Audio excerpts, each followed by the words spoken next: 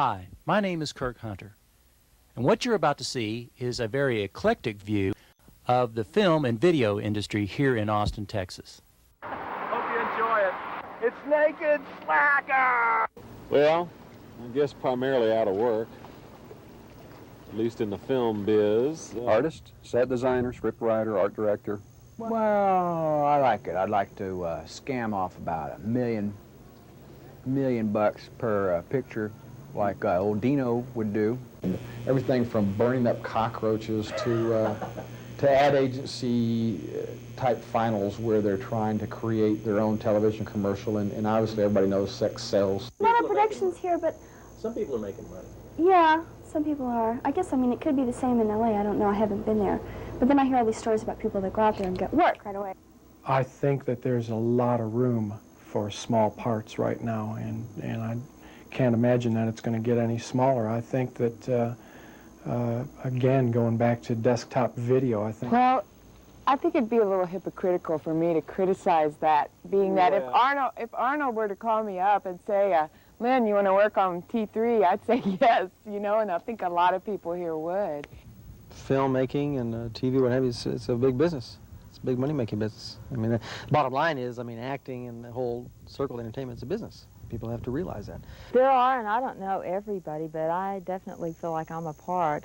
I've definitely put in the hours and made the money, so it's proof to me that I'm involved. When you come in with an attitude, and this is something that I try to convey to producers, when you come in here with an attitude that I am so much better than you are, and I know more than you do, and I'm not going to pay you, you know, anything just because I'm so much better, my advice to them generally is that you shouldn't treat anybody that way, but Texans don't handle that very well. Anybody that wasn't Abby normal, as Mel Brooks says, probably wouldn't want to be in this business. We were just talking about it in the lobby the other day. I mean, why would you want to be in this business unless you were nuts? I think in terms of computer graphics and computer-generated film and video, as long as you're using the technology to get your ideas and your imagination across and not having technology for its own sake, then it's just another tool for artists to use.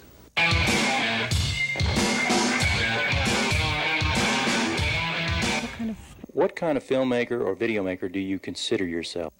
I haven't gotten to make my film yet, but I've made lots of videos. I work as a first AD on films, and I like that. But what kind of films? I probably would be, when I do it, which I will do soon, as a director, an avant-garde type, kind of basing documentary in with a story. I'm real big on stories. What kind of stories? Oh, I don't know. I kind of like supernatural, psychic phenomenon, weird phenomenon that happens. Well, basically, I guess I consider myself being an amateur video maker, in the sense that I really don't get paid. You know, it's all freelance and low budge. But actually, I consider myself to doing documentaries. You know, I've been shooting music videos for several years now, and I started out thinking individual videos or individual sets, pieces. But now what I figured out in the long run is I'm just going to I've planted the seeds and I got to wait for them to grow. And pretty soon, years of work, then I'll turn around and get some respect for what I've done, if I've done it well. I consider myself primarily artistic and creative support to filmmakers. I am a filmmaker in the sense that I create a lot of the visuals that you see in the projects I work on. I'm pretty much the visual component, designer, creator. And more and more I am writing scripts. I've written scripts for commercials, industrials, promos, and so forth. So. Go film conferences on speculation, not knowing we're going to make a nickel. We go out, film them, and then we'll go back and we'll sell the tapes right there on site with high-speed duplicating equipment. I'm really into dubs right now, dubbing, recording stuff, and making copies of it. Sparse. Sparse and not... No, everybody has their style. Experimental, if anything. Avant-garde? Well, I don't like that term, avant-garde, because it's real overused at this point. Let's see, I've got to clarify that. I would just say experimental, because that's everything from music video to short film to, silly movie review shows that you're probably familiar with. Well, I'm a narrative filmmaker. Most of my work has been in 16 millimeter, and I tell stories. I'm much more interested in creating a fictional story as opposed to maybe doing a documentary. You write your own scripts? Almost all the time. Sometimes I collaborate with other people, but primarily I write my own scripts. These short films or features? These are short films, although I would really like to do a feature. It's a question of economics. What kind? New, for one. I'm trying to get into, or breaking into, industrial videos. I think with the advent of desktop video, there's going to be a whole new market for industrial videos. I see. Well, I guess I'm sort of maybe a genre filmmaker.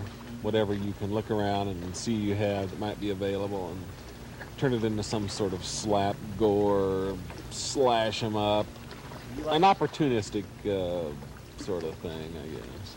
You like slasher films? Well, not really, but they're the cheapest to make. And at this stage of my life, it seems the most feasible, rational thing to try to do. I suppose I would consider myself to be an eclectic filmmaker. I do a lot of different kinds of film. Primarily, I earn my living making regional and national commercials and music videos. But I've done almost every other kind of film in my 20-some-odd years of doing this, from documentaries to features to educational material to just about everything. If it required it, but I don't. For me, I don't really lean in that direction, and filmmaking for me isn't that. There's different kind of filmmakers, certain ones that age 8 have their Super 8 cameras and are blowing up their trains and their cars, but I was never like that. I discovered filmmaking much later. For me, it's just about people, stories. I don't consider myself much of a filmmaker anymore. I made some films after college. Last film I made was about my son learning how to walk. Caleb learns to walk, and it was about a 3-minute piece cut to the theme of Rocky. But that's interesting. After that, I couldn't afford to anymore. I'd been having children at such a pace that I just need to make money to. I consider myself a technician or a crew person. Well, what project are you working on now? What project are you working on now? What project are you working on now?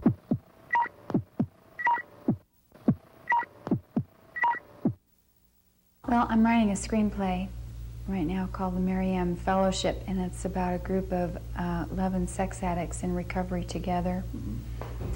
And it's about their recovery and their addictions, their perversions, and the way in which they have formed a tribe. Are you going to direct this? Yeah, and sometimes I think about being in it, but I think that would be too much. So either I'm going to be in it, Kirk, or I'm going to direct it. And we're doing an experimental video piece that we now have scripted and it's written, but we have to shoot it, and that's going to be something a la Live from Off Center, The Territory, that kind of thing, for that kind of distribution. But basically, it's about relationships. Not a narrative thing, it's a documentary thing. I seem to be finding work more in the line of documentary stuff. This is putting together a grant proposal to get equipment and tape to videotape a conference that's coming up next spring. There's a group in town called Woman Spirit. It's a nonprofit organization, and they put together a conference last March on women's spirituality, reemergence of the goddess. And it was very interesting. I didn't attend the whole conference, but I did go to the highlight speaker that was open to the public. So I sort of got hooked up with some of these women through other ways, and they found out that I did video and stuff and asked me if I'd be interested in volunteering my time. So I am. Hopefully I'll be paid. There's a promise to be paid, so we'll see what happens. But basically I'm putting together kind of a package. A package on videotaping the whole conference. Right now I'm working on a campaign in Houston. It's for the mayor's race, and I'm doing artwork and art direction for press conferences and videos. Well, we just wrapped a comedy, Webb Wilder's Horror Hayride. And in that I play a hillbilly henchman, Big Ike. Big Ike. Big Ike. It's a comic role, although Ike is a rather dark character. Beats people up, clubs them, pulls guns on them, stuff like that. Ned Blessing's supposed to be starting filming it supposedly on the 12th, but I heard that was being pushed back to later on, the end of this month, perhaps. And from what I've heard, they haven't auditioned any females, but there aren't exactly too many females in Western, so I guess I can't really expect much. And then there's a more down-home, earthy, backdoor project I'm trying to get going called Barn of the Blood Llama, which is about these llamas that are driven crazy because of berserk male syndrome, and what they want to do is rut with white women. And that'll be a cheapie, maybe shoot it between $5,000 and $10,000, try to reap 50 or 30 on the other side. And of course nobody gets paid, everybody brown bags it. It's a big freebie, the last big Austin freebie. Well, we're working on several. I mean, we're always juggling several. We've got some projects that we're working on in Dallas and in Houston and here in Austin. We've had, just came back from, I didn't, but one of my staff just came back from a scout over the weekend, which looks like the show is going to, this is a TV movie called Fugitive Among Us that will probably shoot in Dallas and Galveston. And we've got probably another TV movie and a mini-series that'll go in Houston for the fall. And we're working on some for around here in Austin, which are looking good. And most of this is kind of return business, so that's all good. It's always been busy. It's amazing. Well, it's especially been busy here the last few years. I mean, this past year has been very, very good for us, and it mostly has to do with made-for-television movies, which Austin seems to be real popular with right now. Oh, all the time, all the time. We've got 100 scripts running simultaneously. You name it, we've got it. We've got, like for example, I just got a new script on my desk today. Pee Wee Herman does Debbie Behind the Green Door. My own projects right now would be a karaoke video. And you were with us up in Dallas when the karaoke idea struck me. And I'm thinking maybe I'm going to try and get out a karaoke Christmas video. Ned Blessing's coming up, and I'm really hoping to be a saloon girl on that. That's a cowboy movie. It's a cowboy movie. It's a Western. It's something I've always wanted to do. They always need a woman like Miss Kitty. I'm so glad you asked that, because now I can hype this thing I'm working on. The Closet Project, we got a grant from the city of Austin to do a, what do they call it, interdisciplinary multimedia event. Pick your event, yeah. And that's going to be at Synergy in September. And the money that was allocated for me is to do some film. Originally I was going to do it in 16mm, but as we know from certain grants and funding situations, you never get enough money to do what you really want.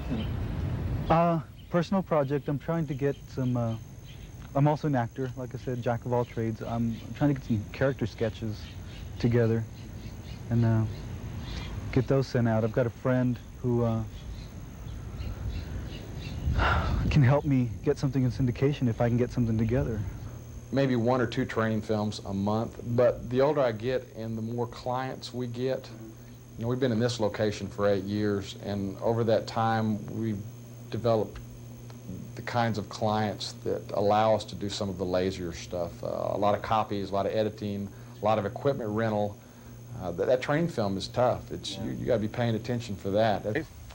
Basically, I'm just touring all over the country with a stand-up act. I'm a national touring comedian. I came to Austin here back in '82 as a national touring comedian, and I'm still touring. We just finished a big Miller Lite beer campaign where we interviewed 350 people over a matter of 4 days, and kind of slice of life kind of thing. Just working today on a short film that's a spoof on 1950s detective story for a local group, and hopefully we'll be working on a Western here pretty soon, a TV project for CBS. Done a lot of television work for CBS this year. Two projects with Willie Nelson and Chris Christopherson, the Aces trilogy, pair of Aces trilogy. Well, we're sitting here in a Western town that we built for Willie Nelson, about 8 years ago for a little show called Red-Headed Stranger. And we've since used it in Lonesome Dove, and it was used in Ballad of the Sad Cafe. Presently, we're remodeling it for a pilot that we're going to do for a series on CBS called Ned Blessing.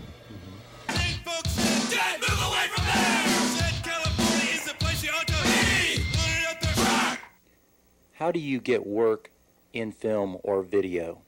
Basically, you have to kind of use the old adage, you have to be in the stream, and then you kind of run into things. When you're in the video stream, you run into people that need video and work in video, and basically it's word of mouth would be probably the best way to go about it. You run across an act or a group of folks, or, you know, depending on what area your expertise is in, you have to pretty much associate with those type of folks.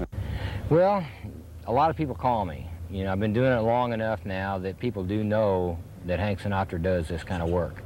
And they know that I'm very cheap. You know, they can pay for the tape and I'm out there. And a few beers, and I'm there. It's got to be good beer then. It's got to be good beer. None of that Budweiser. Yeah. Yes, none of that canned Budweiser. Most of the things I've worked on, once again, it's just who I know happens to be making a film and will actually hire the handicapped, as it were, or through some dance groups that I know. That's where most of it's really come from. Mostly word of mouth. Mostly word of mouth. It's been that way for a while. When I first moved to town, I was thinking that could be changed and being very idealistic, but most of the time, so you know. Yes, most of my commercial work comes out of New York.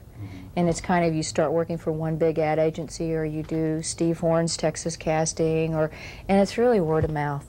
You know, one production company comes to Austin or comes to Texas, and they go back to New York, and they have a friend that's coming to Texas, and they say, who did you use, who's the best, who's good, and then they just call you up. And in fact, just today we got a call from Los Angeles, somebody bidding on a commercial and wanted to know what our rates were, and if we get it, you get it. And get work. I don't know. I don't get work. I don't. For me, filmmaking's not even a job. It's not a career or a job. It's just something that I'm doing. And for the first time, it looks like I should be making money at it. But you know, we'll see. Actually, I think I built a reputation as a storyboard artist. I got pretty well known. People called me from New York, from LA, and they wanted me to break down scripts and visualize the shots. But most of my connections are self-made, basically. Like when I moved to Austin 2 years ago, I basically just looked in the newspaper and found my leads because I was a company, so I could go out and market myself as a director-producer and walk about as a company that hires freelancers. Well, see, I never actually worked that much. Occasionally I'd do some sound and stuff like this, but it was always my friends that hired. You know, I knew somebody that said, oh, come do this. I said, sure. Or, so it wasn't it's always buds. That's the only way I've ever gotten a job. Through friends. Through friends, absolutely. Well, I used to work in Hollywood. And when I lived in Hollywood, it was a real question of calling people up and who you know. The film industry, I think no matter where. I've lived in Boston. I lived in Albuquerque, New Mexico. I lived in Los Angeles. And I've done film work in all those places. And in order to get hired in whatever small capacity you may get hired on as part of a crew, you really have to bug people they have to get to know who you are, and you need to find out who's doing what in your field, and if you don't, you're not going to get anywhere. We have a very extensive sales and marketing organization is the way we do it. We have a rep in Chicago, full-time rep in Dallas, another full-time rep in New York.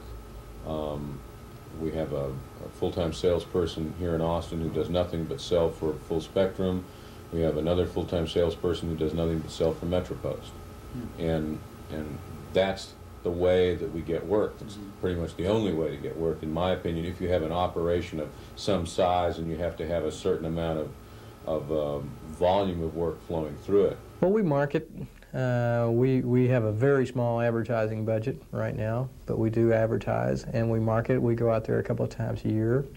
It's primarily, though, we have a very unique product. It's an easy sell for the most part. If you're going to go look to do a film outside of Hollywood, you're going to look at Texas, you're going to look at Florida, you're going to look at Georgia, you're going to look at maybe Arizona or someplace like that. But we're very unique in that we have maybe 4 markets to look at, where the rest of them may only have 1. Most of it is word of mouth. I don't have a large ad in the Yellow Pages yet, so it's a lot of word of mouth and luck right now. My biggest project to date was probably the biggest stroke of luck. It was a matter of right place, right time. Being a one-man band, it's kind of hard to be the director, producer, editor, and marketing manager, and all of that stuff. So, I take what I can get right now. And well, you have to have an agent, and you have to market yourself quite a bit. You have to work through the casting directors and get to know them, and have Dallas, Houston, San Antonio, and Austin agents. But you have to have in Texas. You have to travel quite a bit if you're going to work as an actress. I drive in my car a lot.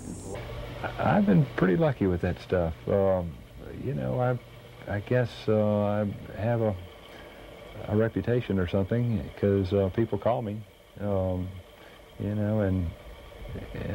I actually make a living with this stuff, kind of, sometimes. Do you have an agent?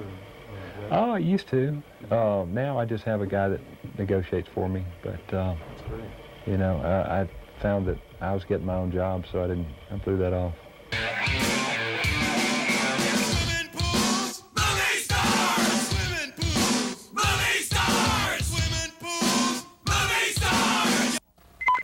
What type of actor are you? I'm a feature character actor. Mainly play bad guys, homicidal maniacs, disturbed cops, stuff like that. Murderers, rapists, kidnappers. I'm a character actress. I change my look a lot, and I'm like a chameleon. I look different on every film I've been on, just about. Yeah, I'm a character actress, and I'm a comedic actress. I can do some better than others, yeah. I mean, it depends on the kind of, point of view. What you consider a character to be. I can play characters. Would you rather play characters? Well, they're all character parts. Yeah, in the industry lingo, there's the character parts, and that's everything that isn't a star. There's the star, and then there's everything else, and that's the character category. And the star is, ingenue. Primarily a serious one that likes to do things that pay. But beyond that, I mean, I do have my preferences of work that I would like to be doing. You rather do theater? Oh, I would much rather do theater. I have absolutely no ambition to do film or television, except for the money. I hate that question. Well, it's talking about yourself. It's so different from anything you normally do. Well, I consider myself a very versatile actor. My main thrust probably is being a very intense actor. I have a lot of intensity. I've been compared to Gene Hackman with intensity in terms of film work. A very expressive, very emotional actor. I think I'm very in touch with my emotions. That's one thing I've always been real sure of. There's also, and some casting directors have found this, there's a layer of real comedic talent. One main casting director here in Austin stated she would like to have more time to work with me because she can really see a lot of comedic ability. And she always sees me as very serious and you know, very straightforward, but she said that's probably not me. The real me is just very lighthearted, having a lot of fun. And I've started to do a little more comedy type things. Went to a comedy sports audition. I'm well, that's a good question. I'm a music comedian. I play the guitar, I sing, and I do comedy. What kind of actress are you? Good one. An unemployed good actress. An unemployed good actress. Yeah.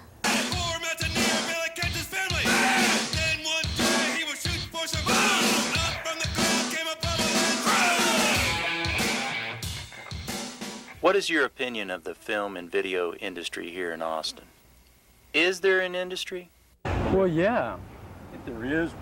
Yeah, if there is an Austin film and video industry. I don't know, not really the industry so much as, I mean, we're not churning out a product for local consumption necessarily. I mean, it worked out that way with the film, you know, we made here is playing at a theater right here in town, so I guess it's industry related. There's the money's going around or whatever. But as far as the industry, I don't know. I think that's mostly commercials and industrials, things like that. So yeah, indirectly, I mean, it's equipment, and you know, we're all in there together. So sure. But you've worked with some of the people that do.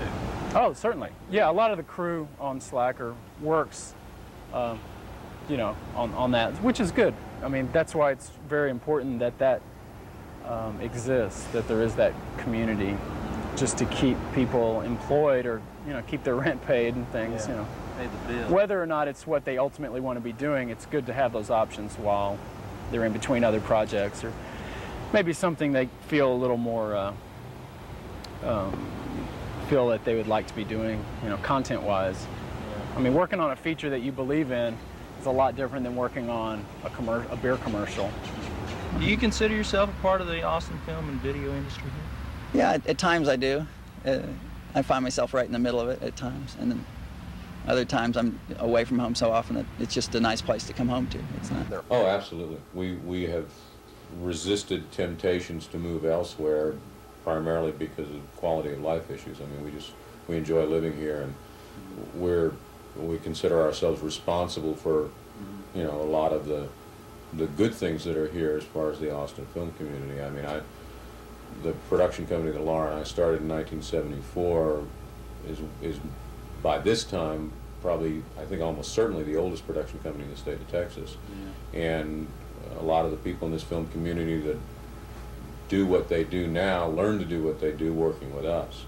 And we've shot the bulk of our work in and around Central Texas. Yeah, you bet. I live here, moved back to Austin from LA 8 years ago, and you know, work with a bunch of guys, and we go all over the country doing films. We were up in Montana last year doing a miniseries, but we prefer working here. Sure, there's a film industry here. I do, I very much so. I think it's one of the reasons I moved here is because it is it's a place where I can be independent, and I'm not bogged down by a lot of unions, and I can do all the things I want to do, and I cross the border all the time of things you're not supposed to do when in LA they have all these rules.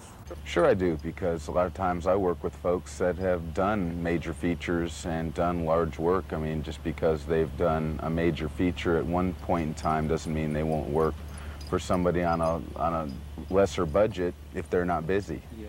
You know, as a matter of fact, I've used the same camera operator that shot Slacker. And do you consider yourself a part of the Austin film and video? I really do. I believe in networking and helping each other out, and I do a lot of referrals, and a lot of my colleagues refer me, and I'd like to even be more involved in the community spirit. Like the clients that we were working for today knew me because I had been a speaker at an ITVA meeting. And I like that cooperative, you know, let's all work together kind of thing. I'd love to participate in this big Texas party that our governor is going to throw in November. Oh, really? Yeah, and if there's any way I can help on that, I'd like to. But I'm on my way. By the time you see this, I'll be there. So you going to stay out there, or you just don't know? Well, it's kind of I'm forced to go. Like I was saying about the losing the talent here. Like, I'm not able to make a living in Texas because of the way that the industry feels about Texas. And so to make it in this business, you're going to have to go where the business is. I'd rather stay here. I love Texas. I'll be back. But I need to go out there, get some credits, get some money, meet some people, make some connections. Then I can be more value to the local scene here. And that's funny about Austin, because anybody who's trying to make it, any artist in any field who tries to make it here, everybody wants to help them. Because any one of us that goes to the big time and makes it, it is a reflection back on Austin. Like Slacker is, right now it's a hit. And so it's focusing attention on the Austin scene. And people are going, wow, I didn't realize that they had such talent here. Or Willie Nelson's movies did the same thing. They say, well, here we are in the middle of Texas, and they say, well, gee, we didn't know there were any actors in Texas. Some of these producers don't even know that there are actors here. Like they ask us, I'll give them a resume, and they say, well, what do you do for a living? And I'll say, well, it's right in front of you. You know, I'm an actor. There it is. I think there is now. I think used to it was kind of a fractured group of people who were all out there doing something for themselves. I think that was one of the biggest problems we had years ago when we tried to get people interested in this, is that no one really knew exactly who all was out there, because everyone, it was always like, this is mine, and this is mine. I'm not going to tell you about it, because then you'll find out about it, and then you'll want some of it yourself. But I think what's happened here recently is that, you know, any city that's trying to attract filmmakers has to have a track record. Our biggest problem for years was the people were here, it just we didn't have a producer who would bank on it. And really about 4 or 5 years ago that started to change. And I think that if you were to go out to LA now and say, you know, or if you're in LA and you say, you know, to a studio or something like that, I want to do a picture and I want to do it in Austin, Texas, you wouldn't have any problem. Whereas 4 years ago, they would have wanted you to go someplace else.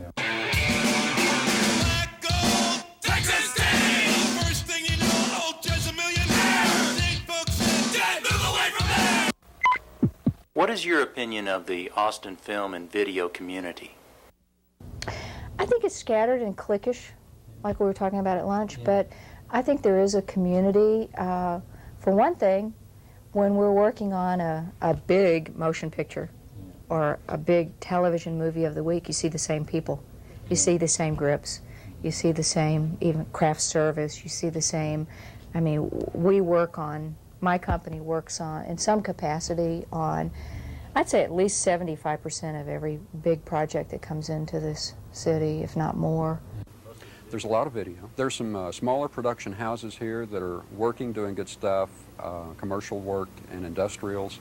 There are plenty of individuals like yourself who are doing a lot of video work here with more of a creative aspect and an independent heart and mind about it. There is a strong group of talent here that is basically, they're guns for hire. And I'm sort of in that group. We're the people that wait around for the features and the television shows and the commercials to come in from LA and New York. They hire us. And we work with them while they're here, then they pack up their tents and steal away in the middle of the night, and we stay here. But they leave money here. There was, a while back, I remember there used to be a group of people that, gosh, we'd get together and watch films, and these were people that were producing their own, you know, short films and all. And I guess they're still around. I'm kind of out of touch with the group. I think it's a new group. Our group has, for the most part, gone to Dallas or L.A. Yeah. A few of us have stuck around in Austin. Yeah, it is. But they're around here. Here and there. Mark Van Bavel is one. Yeah. Michael Cohen, he's doing some good stuff. He's in L.A. matter of fact, doing an action picture, a $3 million action picture. Wow. Yeah. You could get some blood hits for that guy, maybe. The price is right. They go to L.A. and then they don't call me. In Austin, Texas, we got the would-be wannabe film society, but take it or leave it. It's fledgling. Fledgling. Mm-hmm.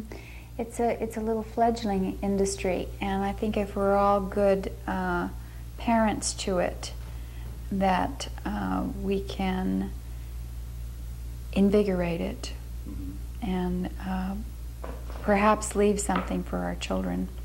Right now, it's pretty fledgling. I would encourage everybody to self-generate their own projects, not wait for Hollywood to come and do something here and be at the mercy of them, but to self-generate.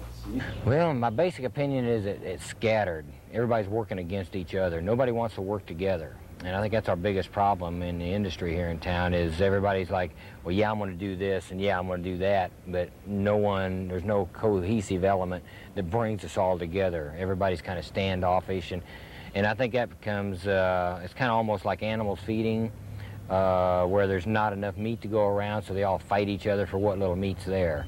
I don't get to do any of that stuff, naturally, because what am I going to sell? You're not in that genre. No, I'm not a salesman or a pitch man, but for my type of work, I need to be where the films are made. And like I said before, the type of roles you get here, you have to play this cheese and mouse game with the casting directors, and there's just not that much opportunity. I think now we have one feature going on in all of Texas, and no one I know is in it. It's like a cast of 5, maybe, and they're from California. I like where it's going, and I want to see it get larger as long as local people continue to get work. As long as local people can also continue to get work for productions from out of town that come in. That seems to happen, but I think it's also still connected a lot of times.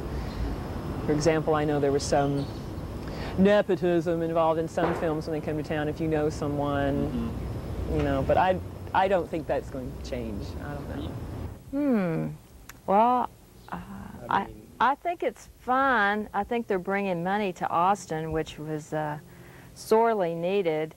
It's kind of interesting, but if you've ever read Edgar Cayce and studied it, there's a city, and it's called the City of the Purple Rim, where there are a lot of creative artists, and I believe that this is it. Not just features, everybody. Oh, well, it's real diverse. I think just because there's so many different ages of people trying to make films and stuff on video, and largely it's probably because of ACTV, which is like one of the most active access channels in the country. It's everybody wants to say something on video nowadays, so some of them then later move on to film, or they started off on film and then find, uh-oh, I have to go to video now. But anyway, it's just a town of people with cameras instead of heads, I think, so.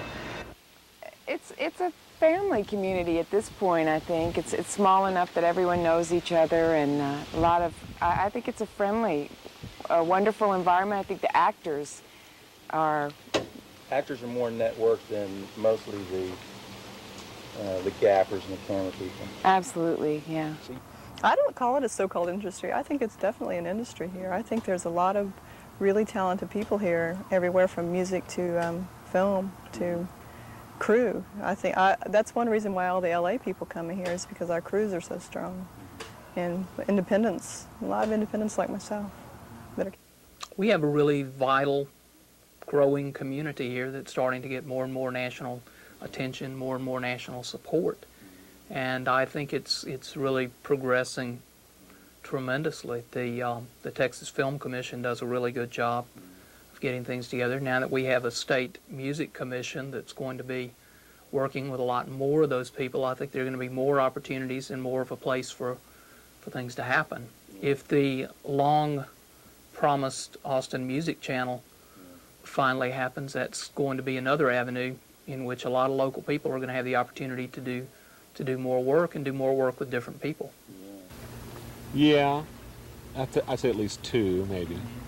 Like I say, 10, 20 people stay pretty busy, and they can make a livelihood out of it. The rest are like gophers, or they pay to work on it, or buy their own gas, or they brown bag their lunch and, you know, come out and work for free, or PA students, that sort of thing. Do you think there is a strong union in Texas? Does Texas need a union?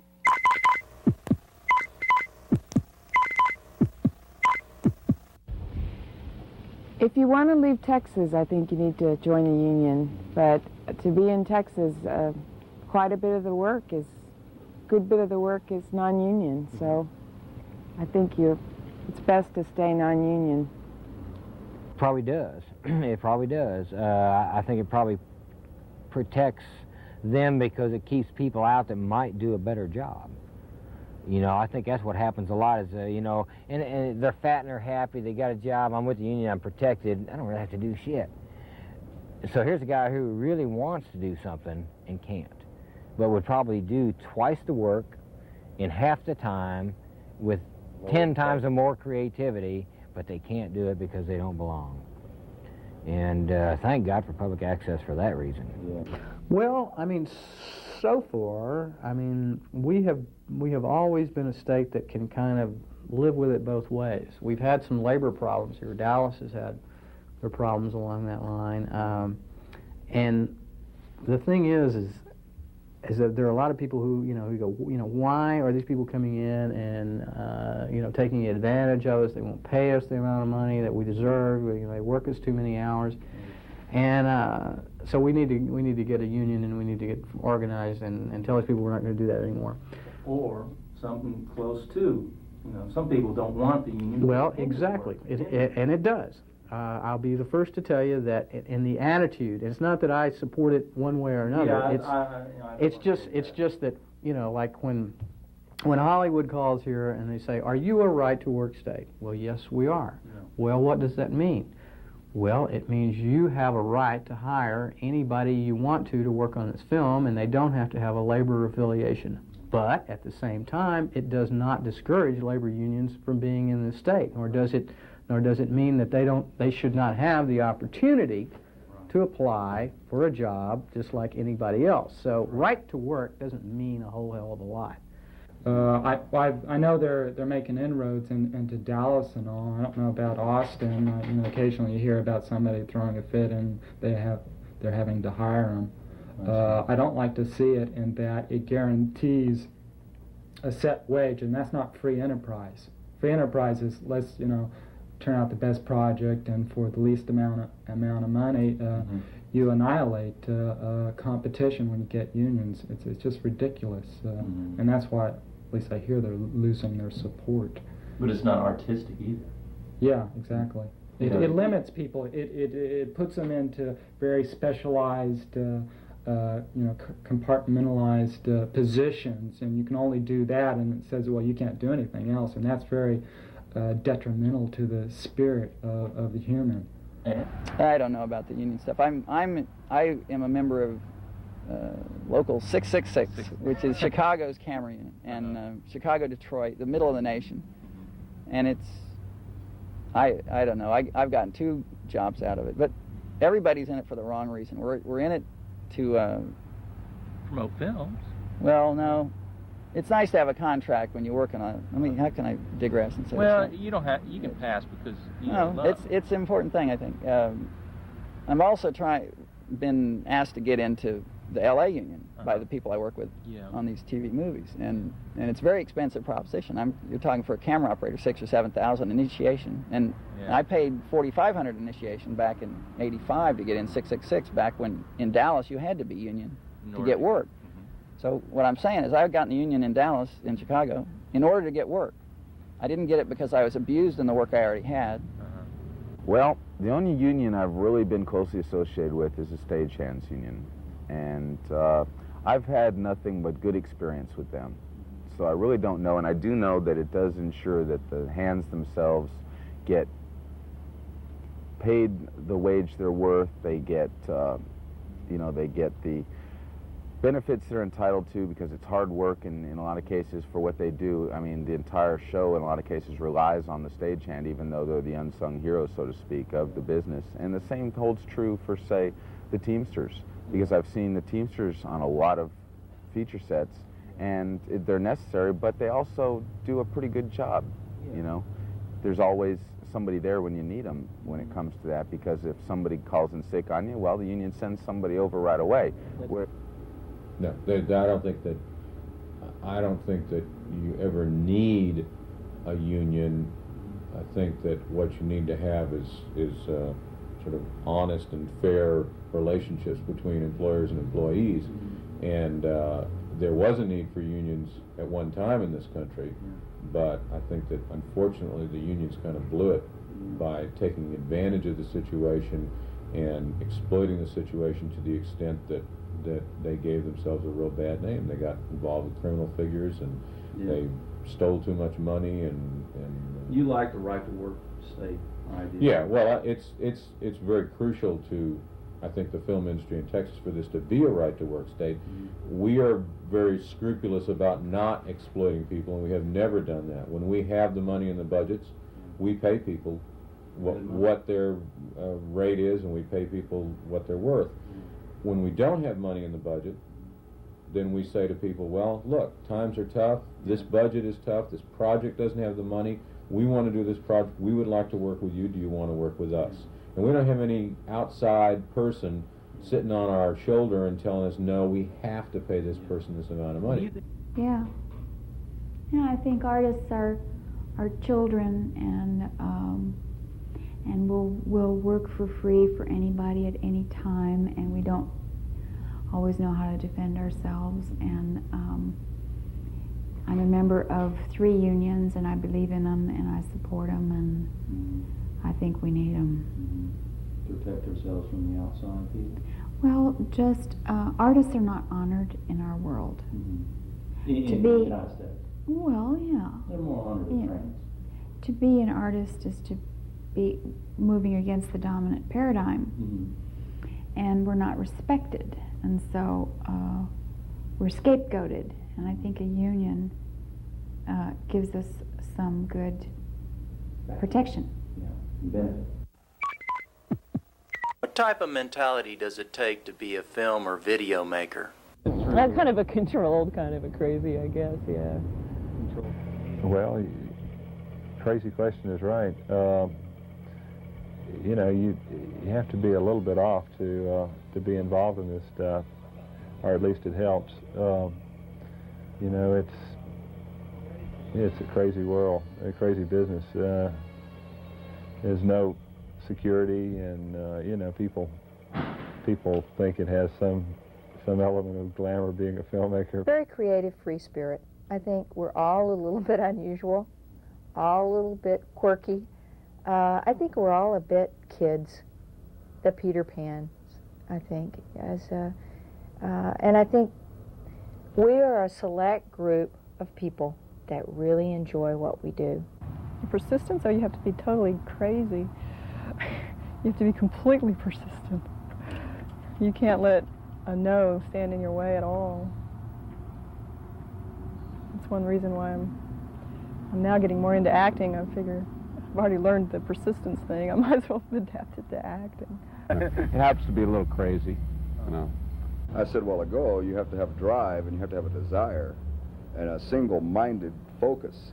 Like, you can't be worried about taking Billy to the softball game, you know, instead of going to your audition. And if you're going to be in any career, especially this career because of the stress involved, and you have to be nuts, you have to be crazy to be in this business in the first place, because everything is difficult. And you get a part, and you beat out 75 other guys for this part. And it's not because you're better or you're a better actor, it's just because you're what they want. Neanderthal. What type of mentality? Oh, you have to be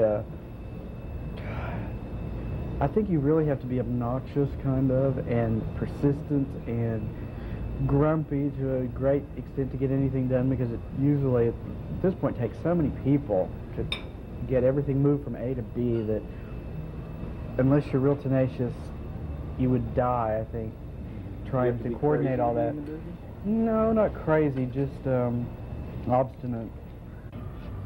Yeah, I mean, you have to be all those things. You have to be kind of schizo. You have to be kind of... flexible? You have to be a lot of things to a lot of people, especially on the producing end. And directing, too, of course, just working with people. You have to have all kinds of skills. You have to really love detail. You have to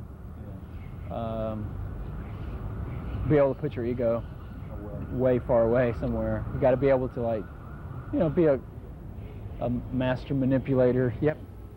You have to be extremely adaptable to be a filmmaker.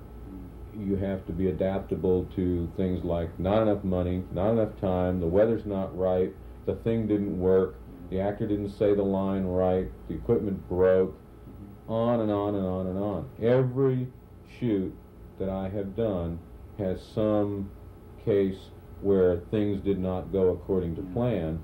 In a lot of cases you sure do, because there's a lot of variables, there's a lot of people involved, there's a lot of creative differences between the talent and, say, the creators, and even in some cases the crew. You've got people that have attitudes about themselves that they believe they can do, that what they're doing is the only right way. I think it requires a lot of perseverance. Perseverance really is very, very important. What kind of person do you have to be? Are those two different questions? Yeah, they are two different questions. There are certain kinds of tools that a person can have that are really advantageous. I think for any artist, to have an internal reference for what is valuable to that person. You know, like Vincent van Gogh, I mean, how much money is being shelled out for his work today? Hasta la vista, baby. Give me a break. Give me a break. You got to be able to live an unnormal life. There's no ways you're going to live the average American life and be in film and video. Slightly altered to go into this business. You have to be very persistent and very determined, I think. It takes a credible amount of focus and energy and just self-generation of energy. It's a grinding, time-demanding, soul-eating, full of heartache and pain at times. They're all over ACTV like you. Having all this mush for brains, that's all. Your brains are mushy, you know, I don't know. You have no opinions, you know, you just accept whatever the hell comes out of the tube. You've got to be sharp, you've got to be flexible. Only the wisest and the best can be in the film and video business. Only the smartest people are there. Oh, because come on now. It's where it's at. You're You know, it has to be a little bit of a crazy mentality, I think, to be in this business. I mean, there's so much competition, so many people trying to do it. And, I think the first thing you have to be aware of is this. Sometimes there's static. Sometimes there's white noise all over the place. But not in your mind. But not in your mind. No, you want to keep it from your mind. I think people who aren't worried about security can handle this. People who can shift gears fast, who like the challenge of something new almost literally every day, and independent people, I think. I think this is definitely an industry where codependents don't make it. Oh, I think you have to be a person. Anybody can do this. My last question is, what type of mentality does it take to be a filmmaker? I think you gotta be twisted. It's you know, it's fantasy. It's not real. It's it's used for the most part as escapism, both on the filmmaker and the audience, but it doesn't have to be that way. It starts out, I think, as an ego thing, you know. There's a certain amount of insanity that goes on in the head of filmmakers. Mm-hmm.